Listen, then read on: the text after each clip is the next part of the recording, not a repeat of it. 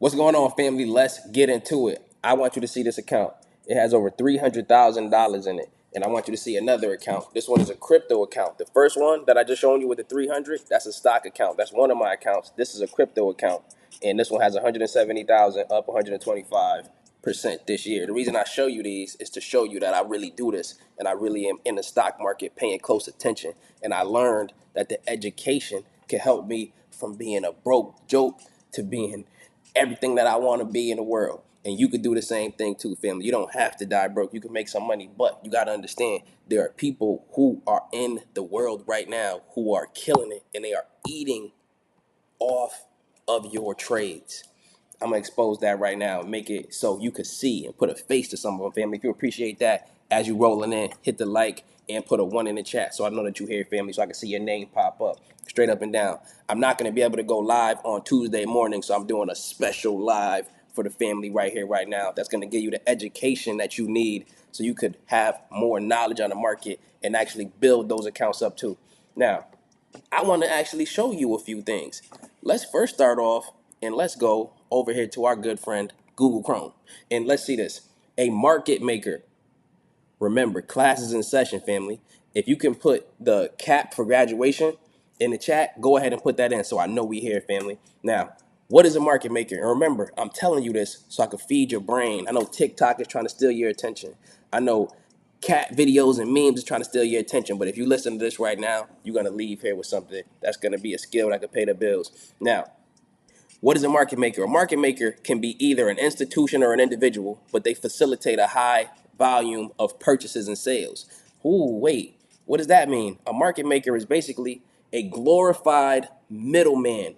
A glorified middleman. Somebody wants to buy a stock or a crypto, somebody wants to sell it. You got the middleman right there. But remember, they facilitate a high volume of trades, meaning they're the middleman for all of us.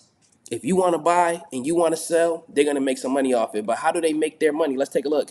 A market maker earns their money on the bid and ask spread.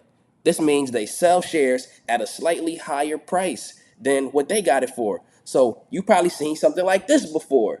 Ooh, this is called an order book, where you see all of the buys and what are the prices that are coming in, and then all of the sells and what are the prices that are coming in on that. And I want to give you an example. The bid is the price a person is willing to buy it at. The ask is a price somebody's willing to accept for that trade. But take a look at this. The market makers profit by buying on the bid and selling on the ask. Here's an example. Let's say that you want to buy something or even sell it for $10, and then they take it from you and then they sell it for like a penny more. Look at that. Sell it at the asking price of $10.01. Now you're thinking to yourself, from $10 to $10.01, if that's the difference and they only made a penny, how are they making any money? Well, guess what? They are making billions of dollars a day and trillions of dollars in years off of just 1 penny of a difference. And sometimes it's even worse than that. And they are eating off of your backs. Watch this. You probably wouldn't know this. When you hear about rich people and you hear about people running the world, you hear about Elon Musk, Jeff Bezos, you hear the regulars, right?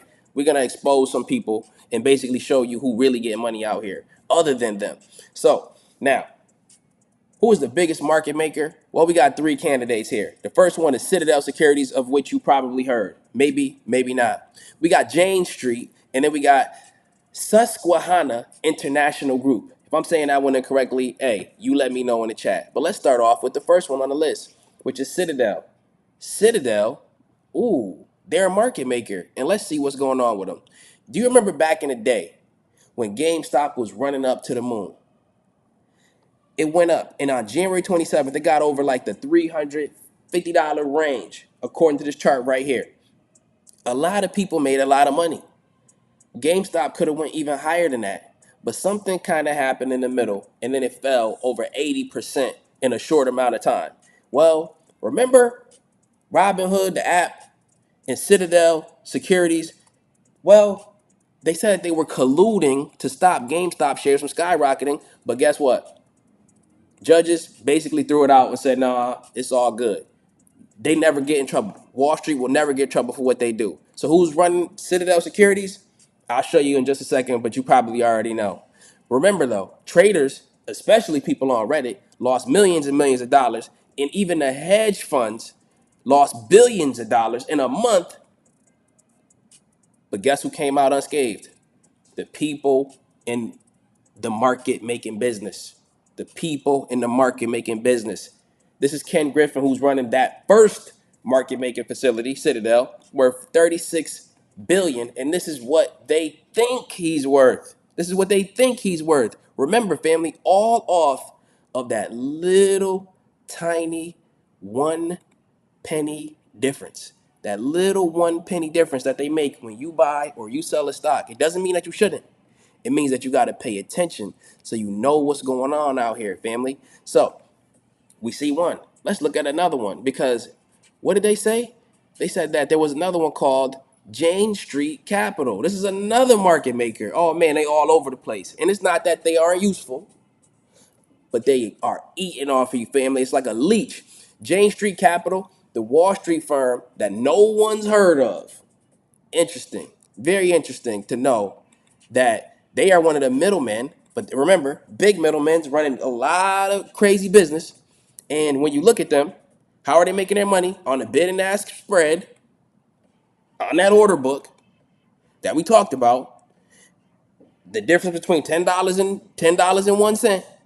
We go and look at them. Jane Street is number 2 on the list. Well, let's look into them. They're saying that people never heard about it. Have you ever heard about Jane Street Capital or whatever? Let me know in the chat, yes or no. And let's take a look. They're one of the largest market makers, trading more than 17 trillion worth of securities, and that happened in 2020. It's 2024. Could you imagine how they ramped it up by now? And remember, if you facilitate that many trades and you taking 1 penny off of the top, remember, allegedly, supposedly, hypothetically, nobody's trying to get sued. 17 trillion, and they're not even number 1. That's really crazy and interesting. Well, let's keep going. Who's running the joint? Jane Street was founded allegedly by Tim Reynolds, Rob, Mark. Okay, got it. Let's see. Oh, you know what? It's cool. The Jane Street founder, according to Forbes, he left Wall Street and went to art school. So he gave it all up, right? Allegedly. This is what's going on. Let's put a face to it, right? This is Tim. This is Tim Reynolds right here. We just saw Ken Griffin. Now we see Tim Reynolds. You try to look up any kind of net worth or all of this or anything, family, I'm telling you, you think this dude left Wall Street to go to art school? Interesting, right? Okay, let's look into it. Why are we bringing up Jane Street Capital, Citadel, and many other things? Well, do you remember Sam Bankman-Fried? They had an article on him about the New York Times. This was a while ago. And he is heavily associated with them. The FTX founder joined Jane Street Capital, not to learn about controlling risks, though. He joined them. And then when you look at Sam Bankman-Fried, wait, isn't this the dude who allegedly, supposedly stole billions of dollars from his customers and he was sentenced to 25 years in jail? Interesting.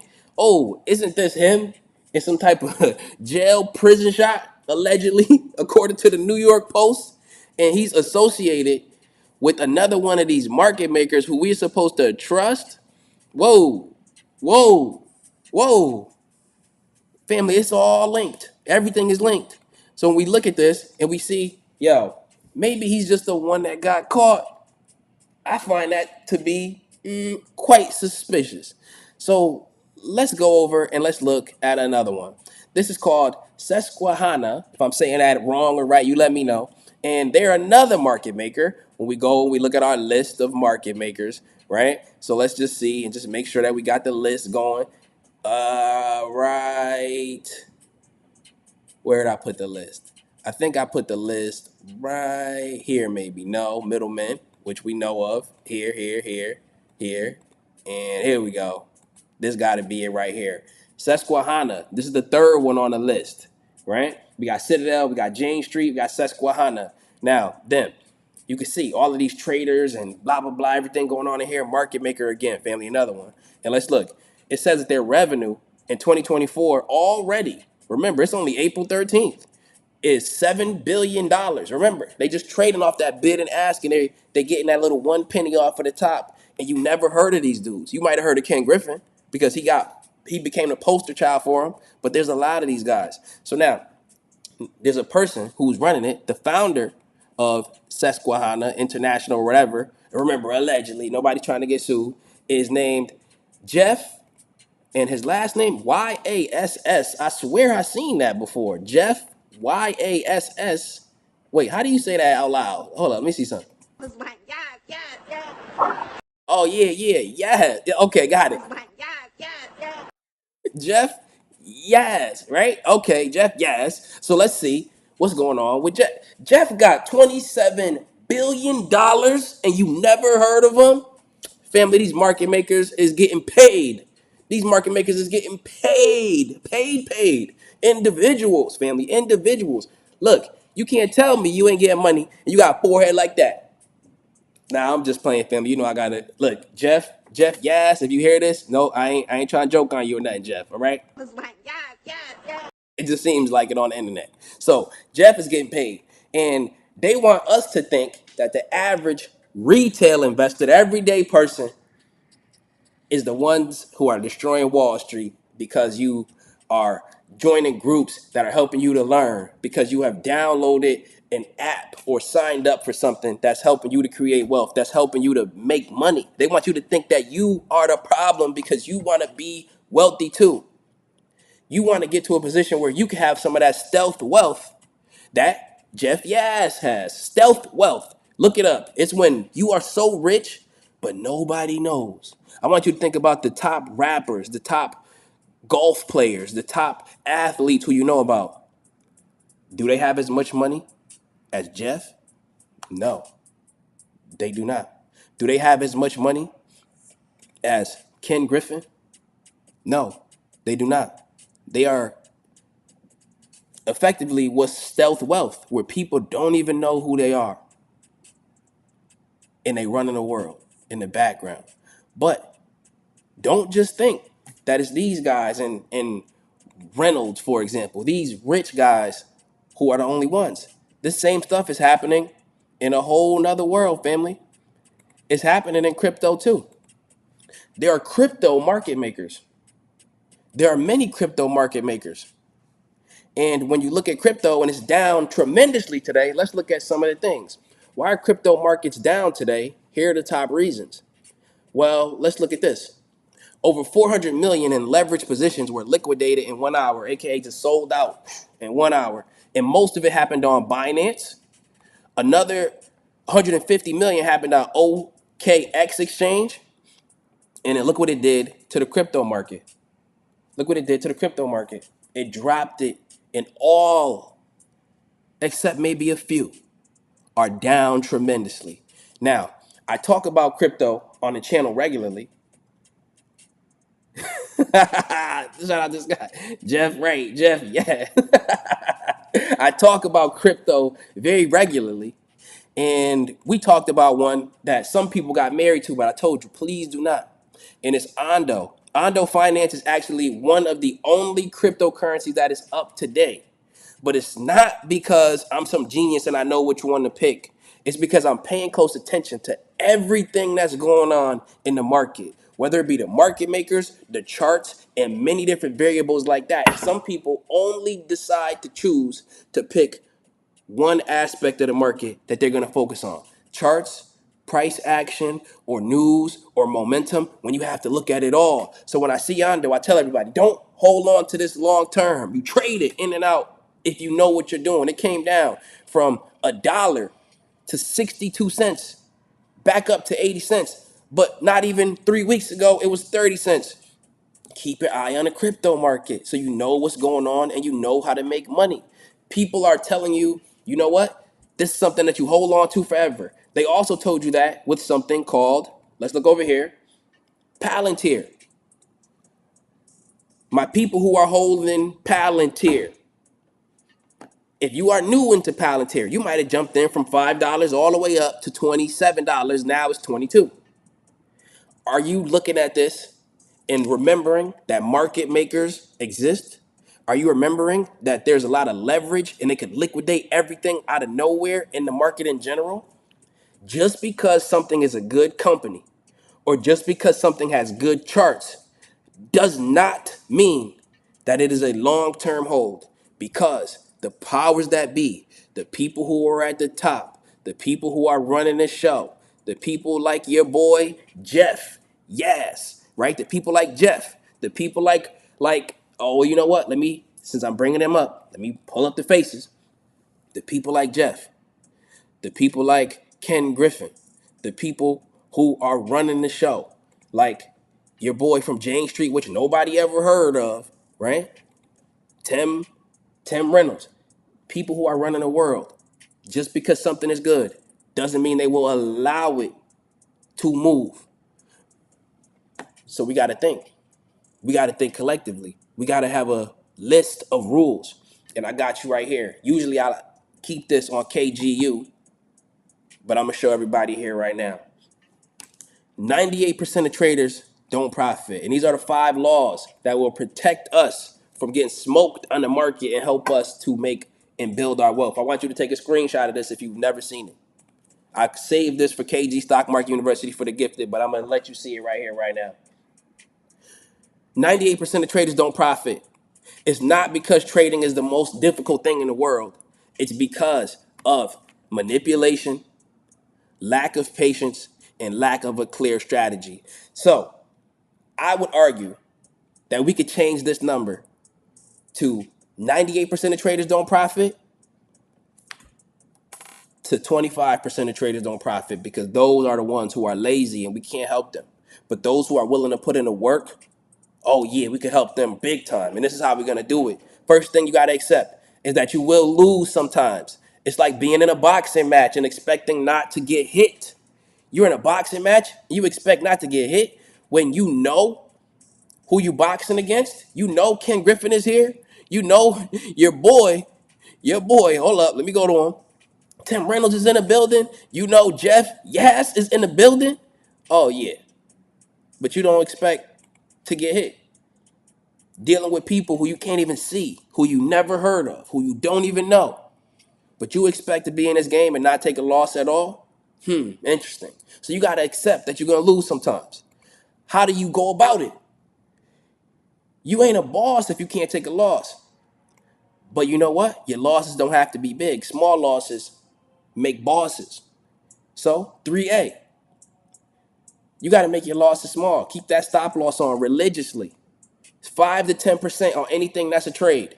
If it's an ETF like VOO or VTI, the S&P, anything equivalent to that, I understand that you don't have a stop loss on that. You just dollar cost average because you're in it for a long time until retirement.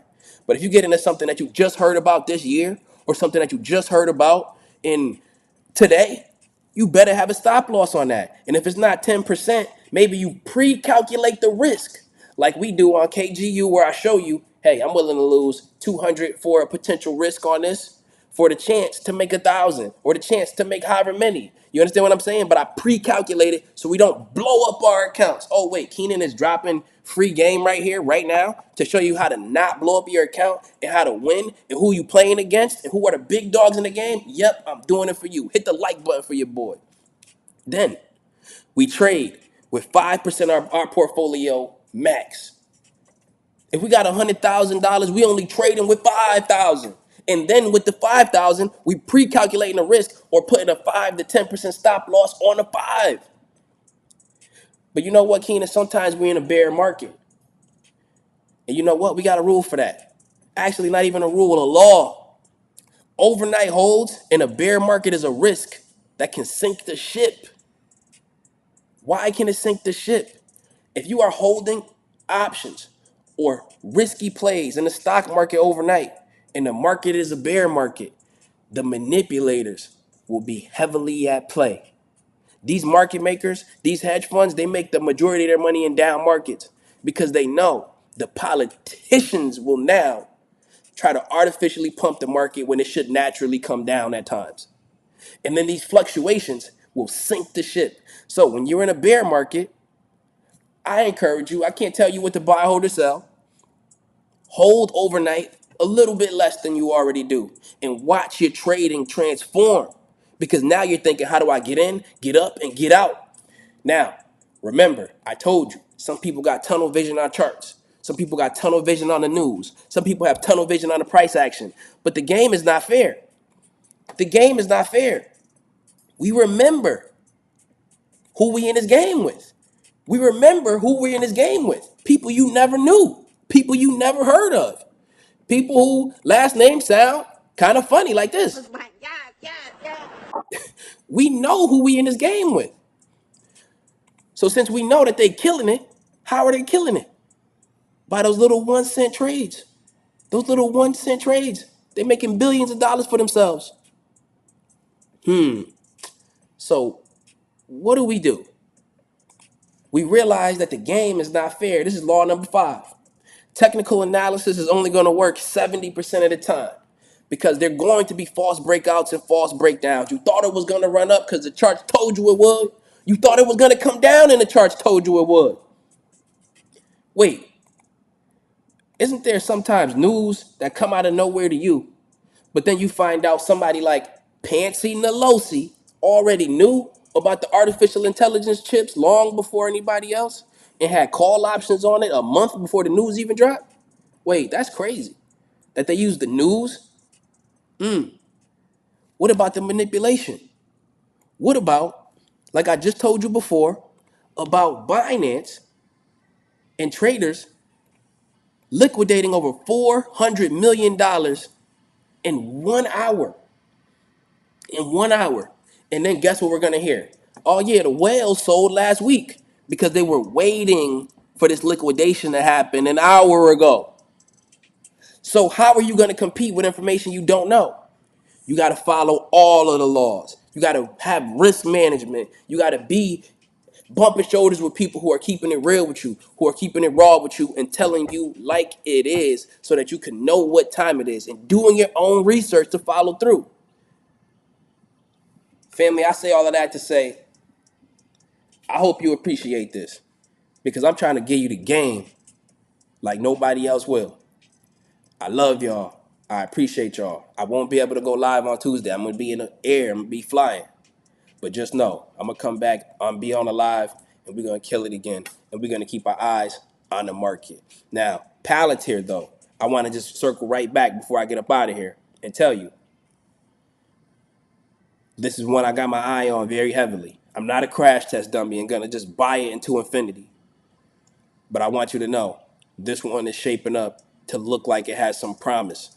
I told you before you get out of here that if I got into this, it would be in the low 20 range and I would have a stop loss on about $18 or $19. But I'll let you know on KGU literally down to the minute that I buy this at the exact price. If you want to join, the link is going to be in the description as well. I love y'all. I appreciate y'all. And I hope you appreciate the free game on here today. And again, if you can't handle the heat of these hot stocks and stay out of the kitchen, consider investing in index funds. But more than anything else, remember the 5 Ps. Proper preparation prevents poor performance. Say it with me again. Proper preparation prevents poor performance. I love y'all. Take care.